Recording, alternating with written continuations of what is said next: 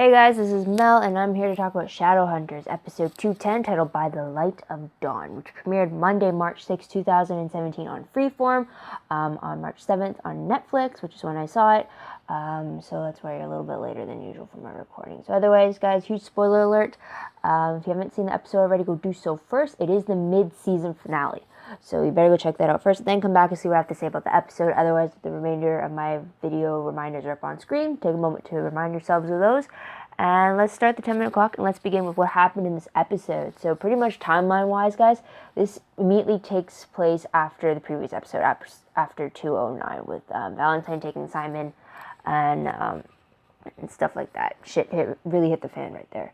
But the episode reminder, you could pretty much say is you could say it's the activation of the Soul Sword. So with that said, though, episode breakdown for story lines, I found 3 of them, mostly, that you can kind of focus on. The first one being Valentine invading the Institute. Second one, saving Simon. Third one, the destroying of the Soul Sword, which is misleading, I know. But based off the first one, Valentine invading the Institute, he did that so he can get access to the angelic core that powers the Institute, as that is the source of lightning he would need to activate the Soul Sword. Storyline number 2, saving Simon. So, because they're inside the Institute, we pretty much see Jace pretending to be Clary, thanks to a rune. We see Simon feeding off of Jace, who they think is Clary, because Valentine had slit Simon's throat as a way to get Clary there. But because Simon drank from Jace, Simon is now protected from the sun, which is not something a normal vampire could do. So there's that. Third storyline, though, is destroying the Soul Sword. So Jace accidentally activates the Soul Sword, thinking that if he touched it instead of Clary, it would actually destroy the Soul Sword, since he believes he's the demonic Morgenstern that Uthrieo's vision had meant would be the destroyer of the sword. So, I'll get back to that in a moment. But because it was activated, many downworlders inside the Institute were killed, half of them being Luke's pack, a few Seelies, some vampires, but Valentine got a bit of what he wanted in that. Also, after that, Valentine and Jace face off against each other, and while holding the Soul Sword, which you kind of have to tell the truth about, Valentine reveals that Jace was experimented on with angel blood, just like Clary, and that Jace is not, Valentine's son is not related to Clary in any way. So they're not related, and Jace has no demon blood, so that is why Jace activated the Soul Sword the way he did. It's something that Valentine had anticipated. But after the fight, all said and done, Valentine is brought to the Clave, where he's in their custody now, because Clary stopped Jace from killing Valentine, since he's the only one who knows where the Mortal Cup is now. So there's that. Character-wise, though, we do see the return of Dot, and she is brought back to Magnus. She's possibly getting cured. I don't know what he gave her potion-wise, but he said it would stop the infection from happening, so we'll see with Dot for that. From Victor Aldertree, though, we learned that he once had a werewolf lover named Ava, who he had to kill to survive her attack. She was driven mad with grief, and due to the massacre of her pack, I believe, and then the grief forced her to transform, and she went on a little killing spree of her own, forcing him to kill her, to stop her. I think that's the gist of it, but moral of the story for him is that there's no relationship between a Shadowhunter and a Downworlder could ever work. So he says. Also, character-wise, Alaric, from Luke's pack, he was killed. He was one of the Downworlders inside the Institute when the sword did its thing, I guess you could say. Now, runes, though. We do see the return of the shape-shifting rune, used by Jace to shape into the form of Clary. But also we see a new rune drawn by Clary onto the Soul Sword. We don't know its exact use is for, but she doesn't give any more notice or give any more hint of what it should do. Just say that, oh, please God, let this work, and that's the hint we get pretty much. So there is that. Last moment of the episode does show that someone in a hood walks away, like in a forest, and they have the Soul Sword, and it's kind of lit up in a way. So that's terrifying.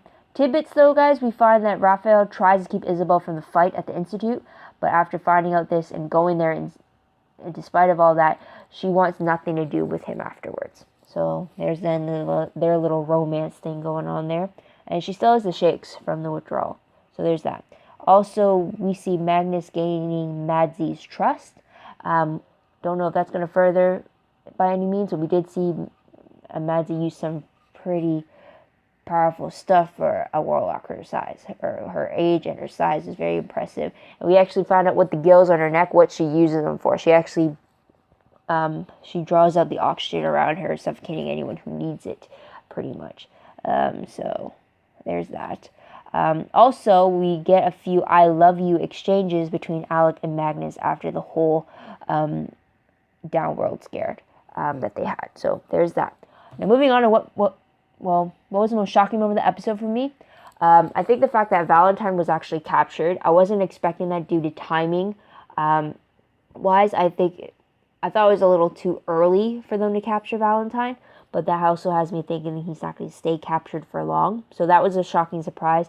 Another shock was the fact that the Soul Sword was still activated. I was not expecting that whatsoever. So there's that. And also the fact that Valentine revealed to Jace that he was not his son, that they weren't related. Now, the news itself wasn't shocking to me just because of the books, but the timing, again, was what was shocking. Technically, they were only under the impression that Jace was Valentine's demonic son for maybe 13 episodes, I believe, which is pretty much the whole which pretty much equates to the whole duration of season 1, if you want to think of it that way. So I thought they were going to draw out that whole deception for a little while longer on their part, but the fact that it was revealed at the time that it was and the way that it happened, that's what was shocking, not the news itself for me, because I already knew based off the books that they weren't related whatsoever. But moving on to top 3 favorite moments. First one has to be the reunion between Alec and Magnus outside the Institute when they thought each other was in danger from... Alec was worried for Magnus getting annihilated with the Soul Sword. Magnus was worried for Alec with all the Circle members inside the Institute. So, and then just having them have the I love you moments together, and then they kiss. I really like that. It was great to see after an episode of chaos that they got to be reunited quickly afterwards. Another favorite of mine has to be the scene between Alec and Jace at the very end when Jace confides in Alec over the fact that Clary's not his sister. Valentine lied to him. He has pure angel blood in him, not demon blood. And Alec wonders, well, what are you going to do? And also the fact that Alec was surprised by the fact that Clary's not your sister. Kind of like he's questioning, like, okay, we thought she was, now she wasn't. What are you going to do with that? And then Jace tells him he's the only one that knows firsthand about that knowledge and the fact that he wants to tell Clary.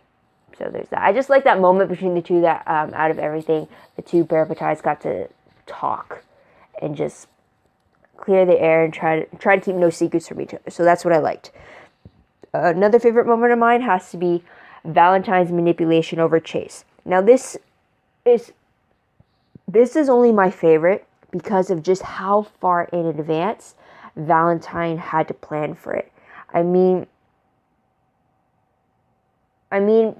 to quote Michael from Supernatural in season 5, he says, "This is a plan that is playing out perfectly," or something along those lines, which is essentially what it is. Valentine is a guy who created 2 children with pure angel blood who just so happened to this very day meet and be the 2 integral parts he needed to get the sword activated. He told one that had demon blood, one that had angel blood, knowing that one of them would try to save the other.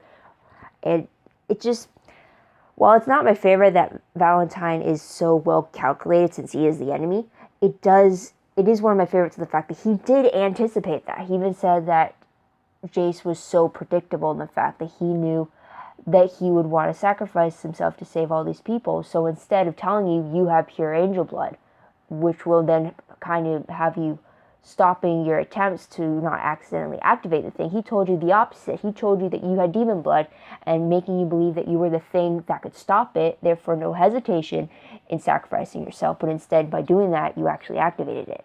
So it's very clever planning on Valentine's part, the fact that it had to take years for him to cultivate the certain situation and then manipulate everything to get it to the place he needed it to be at. That's very impressive, for sure, though. It's a plan that played itself out perfectly, as Michael would say. So there's that. Another favorite I had, though, aside from the Valentine one, I guess you could say this is my real third favorite moment, would have to be Simon sharing his new abilities with Clary. The joy between the two of them. And there is the timer. In the moment when Simon's just rushing out into the side and Clary's just shocked and then stunned, and then Simon's just all gleeful, all smiles, and he rushes in to kiss her, and then they spin around and hug and everything. You can tell the obvious joy between the two of them. Not only for Clary seeing that the sun isn't a real threat to Simon anymore, but for Simon to actually feel the sun on his face again, to feel like he's slowly gaining back to who he is now. The only real difference now is that he needs blood to survive. He has a few extra powers, and he has some fangs. There's nothing truly stopping him from living out his regular day-to-day. It's just, I really like the pure joy they had after such a terrible, scary day they had together, especially when she thought she was going to lose him. So there's that. Top 3 peeved moments, let's move on to that.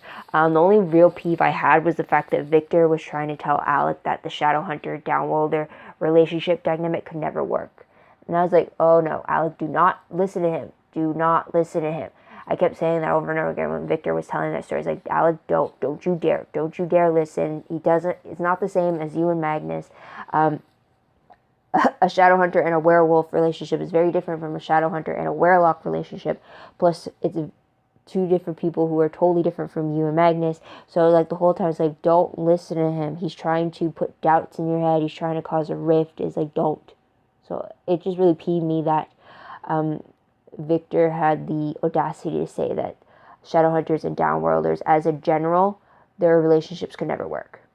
I just like, no, I do not need to hear this bullshit right now. So there's that. So moving on, what moment will I remember most when I look back on this episode? Aside from the fact that it's the mid-season finale, the fact that the Soul Sword was actually activated, that was a huge surprise that I wasn't expecting, like I mentioned before. And I guess you can kind of say the reveal that Jace is not Valentine's son. It's not related to Clary whatsoever is a huge thing too. Moving on to random questions. I do have quite a bit, actually. First one is, and it kind of really, this I guess you could say pissed me off, was the fact that, did everyone forget the fact that Jace had already touched the Soul Sword when he was in the City of Bones for the whole truth test? Or was the difference with him touching it then and touching it with it now activated, the angelic core, was because it was attached to that lightning source that was a piece needed to activate the sword? Because, like, the whole time they were saying, like, well, Jace can destroy it. He has demon blood and everything. He's the one from Ethereal's vision. Why can't it be him? The whole time I was thinking, like, did you not remember that you held the sword in your hand at the City of Bones? You told the truth about it. You touched it. You didn't cause destruction. Therefore, you don't have demon blood. But if the fact that, like, he can still touch it, like, normally, you just can't have it attached to a lightning source, and he's still okay with it, then alright. My aggravation's a little died down a bit. Clary also showed that, though, at the very end when she kind of wrote the new rune out. So, I guess you can kind of say my aggravation was kind of died down from that, though. But there's that. Second question is, what rune did Clary draw on the soul sword? Was that the reason why it disappeared, or was it meant to do something else? I don't know, because the sword just poofed out of nowhere and somehow ended up in the hands of the other person who walked away in the woods. So there's that. Next question. When the soul sword was activated, why were only the Downworlders inside the Institute the only ones killed?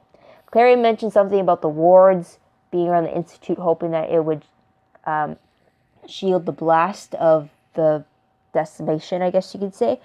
But if that's the case, does that mean if Valentine had wielded the sword above on the rooftop, does that mean all the Downworlders around the world would have been decimated? like he had planned. And it was just the fact that he happened to be in the Institute and it happened to have these protection wards around it, and that's what kind of only toned down the decimation, if that made sense. But that's another question there. Next question. So if a vampire drank from Clary or Jace, two Shadowhunters who had pure angel blood, would they also be immune to the sun like Simon is now showing himself as being immune to? I'm a little worried that if news got out about that, would they all try to hunt down Jace and Clary just so that they have the ability to walk in the sun again? So there's that. Last question. Did Valentine inject Jace with Eutherio's blood like he did with Clary? I don't really remember if Jace had a connection to Euthyrio like Clary did, but he's the only angel that Valentine really had access to, so I would assume he stocked up on angel blood that way. So I'm wondering if that's another thing that connects the two of them together. So there's that. Moving on though to predictions, guys. Well, the promo for 211, it wasn't really much of a promo. It was just old footage edited together to announce when Part B of Season 2 is coming back, and that is the June 5th, 2017 is when we'll get the mid-season premiere. So mark your calendars for that. And it was also, the promo was kind of mixed with a show called Stitchers, which is very misleading for me because I don't watch Stitchers, so I thought all these other characters we were seeing were going to be new characters on Shadowhunters. Instead, it just ended up being the characters from Stitchers.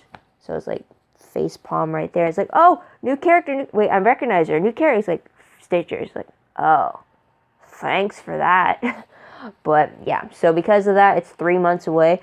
No synopsis has been released. No previews have been released for 211. So off of that, do I have any questions? Do I have any predictions of any kind, really? I hope that they investigate why Simon could go in the sun. And I wonder if that answer will be exploited in some way. I do wonder how long Jace will keep the truth from Clary.